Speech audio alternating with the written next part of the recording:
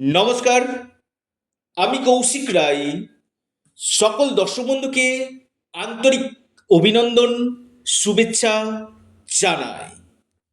1 ফেব্রুয়ারি 2026 শুক্র হতে চলেছে উদয়, অর্থাৎ 31শে ডিসেম্বর থেকে শুক্র অস্তমিত ছিল। এই যে শুক্র যে অস্তমিত ছিল, এই সময়টাতে কোনো শুভ কাজ, মাঙ্গলিক কাজ করা কিন্তু একদম উচিত নয়।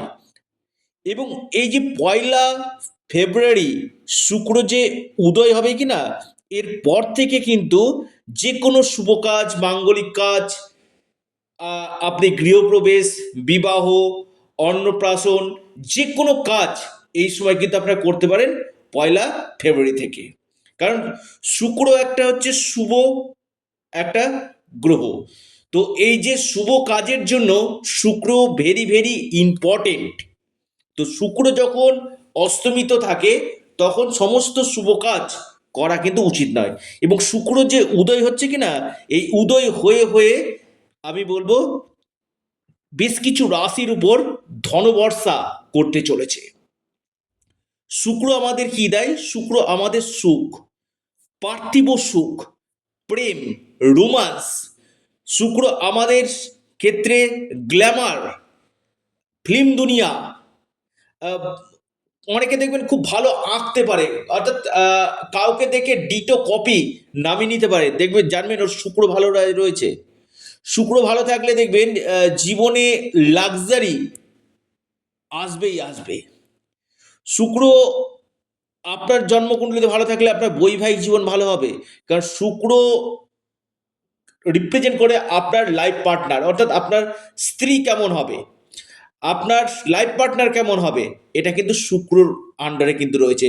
বৈবাহিক জীবন ভালো যায় এবং প্রেমের জায়গাটা কিন্তু খুব ভালো হয়। রোমান্টিকতা, শুক্র রোমান্টিকের কারক গ্রহ।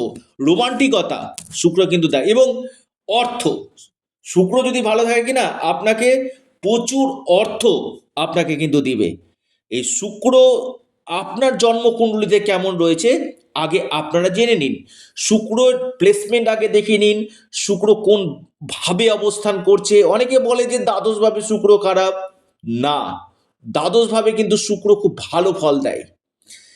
দ্বাদশভাবে শুক্র মানুষকে ভোগ বিলাস দেয়। তো এই যে শুক্রের যে উদয় হওয়া 1 ফেব্রুয়ারি থেকে ধনবর্ষা করাতে চলেছে এই রাশিগুলোর উপর। অনেকে বলেন যে কৌশিকদা,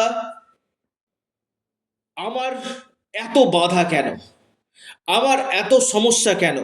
দেখুন, আপনার জন্মকুণ্ডলিতে শুক্রের প্লেসমেন্ট কেমন রয়েছে। প্রথম আমি আসি নাম্বার 1, সেটি হচ্ছে আপনার মকর রাশি। মকর রাশির ক্ষেত্রে আমি বলবো এই সময়টা আপনাদের কর্মযোগ সৃষ্টি করছে। মকর রাশির এই সময় প্রেমের ক্ষেত্রে কিন্তু শুভ ফল আপনাকে কিন্তু দিবে।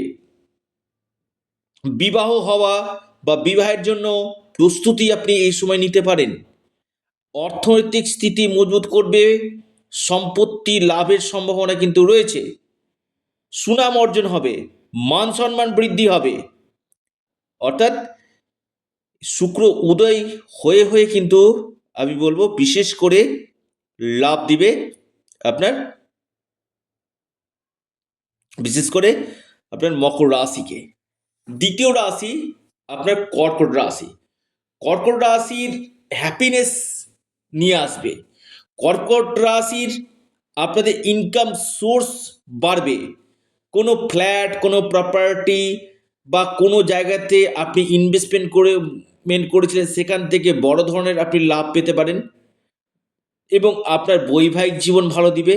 প্রেমের ক্ষেত্রে আপনারা শুভ ফল পেতে চলেছেন কর্কট রাশি। লিখে রাখুন, মকরের পর যে 2 নম্বর যে রাশি টপ লিস্টে রয়েছে, শুক্র উদয় হয়ে কিন্তু কর্কট রাশির উপর বিশেষ কৃপা দৃষ্টি দিতে চলেছে।